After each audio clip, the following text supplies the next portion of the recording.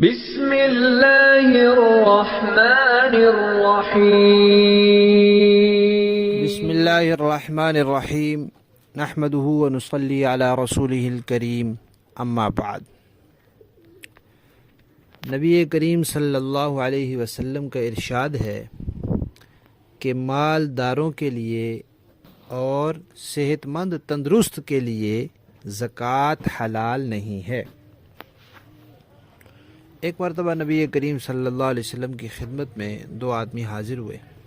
آپ صلی اللہ علیہ وسلم اس وقت صدقات تقسیم فرما رہے تھے، تو انہوں نے بھی آ کے کچھ مطالبہ کیا، سوال کیا، تو حضور نے ان کو نگاہ اٹھا کر دیکھا اور سر سے پاؤں تک سارا دیکھا کہ یہ تو بالکل تندرست ہے، توانا ہے۔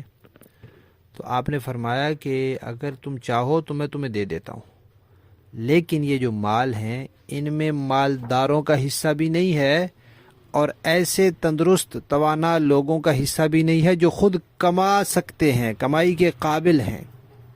تو اس سے معلوم ہوا کہ جو کوئی چاہے غریب ہو لیکن اگر وہ کمائی کے قابل ہے تو اس کے لیے اجازت نہیں ہے کہ وہ لوگوں سے صدقہ زکوٰۃ وصول کرے اور غریبوں کا حق مارے اور خود ہاتھ پہ ہاتھ رکھ کے بیٹھا رہے۔ مشہور واقعہ ہے کہ ایک صحابی حضور کی خدمت میں حاضر ہوئے، تو حضور نے ان کو کچھ دینے کے بجائے کہا کہ تمہارے گھر میں جو کچھ ہے وہ لے آؤ۔ تو ایک کمبل تھا اور ایک پیالہ تھا، وہ لے آئے۔ حضور نے اس کو بیچ دیا، نیلام کر دیا اور 2 درہم مل گئے۔ آپ نے فرمایا 1 درہم سے گھر کا کھانا راشن پہنچاؤ اور 1 درہم سے کلہاڑی لے کر آؤ۔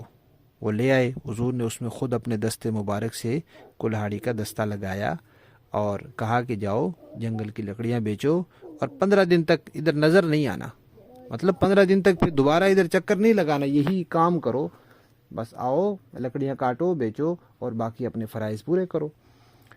15 دن بعد جب وہ تشریف لائے تو انہوں نے اپنی محنت سے لکڑی کا کاروبار کر کے 10 درہم کما لیے تھے۔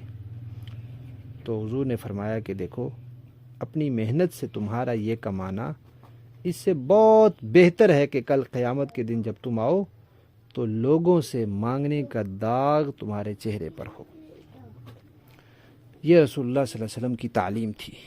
آج اس امت میں مانگنے والے پیشہ وروں کا حال ہی کوئی نہیں، کیا عام لوگ، کیا دین کے نام پر مانگنے والے لوگ۔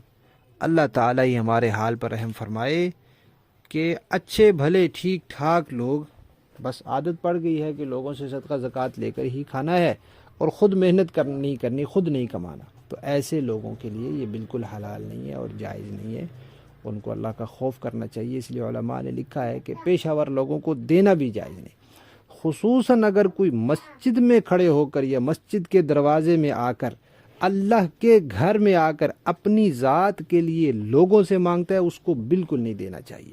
مسجد میں کوئی مانگے دین کے لیے، مسجد مدرسے کے لیے، دین کے کام کے لیے اگر کوئی مانگتا ہے اس کی گنجائش ہے، اپنی ذات کے لیے کوئی مانگے اس کو بالکل نہیں دینا چاہیے۔ اور ویسے بھی پیشہ ور بھکاریوں کو نہیں دینے چاہیے جو حقیقی معنی میں مستحق ہوں اور بیچارے کما نہ سکتے ہوں، معذور ہوں یا خواتین ہوں، بیوہ ہوں، چھوٹے بچے ہوں، اس طرح کے جو ضرورت مند ہوں ان کو دینا چاہیے۔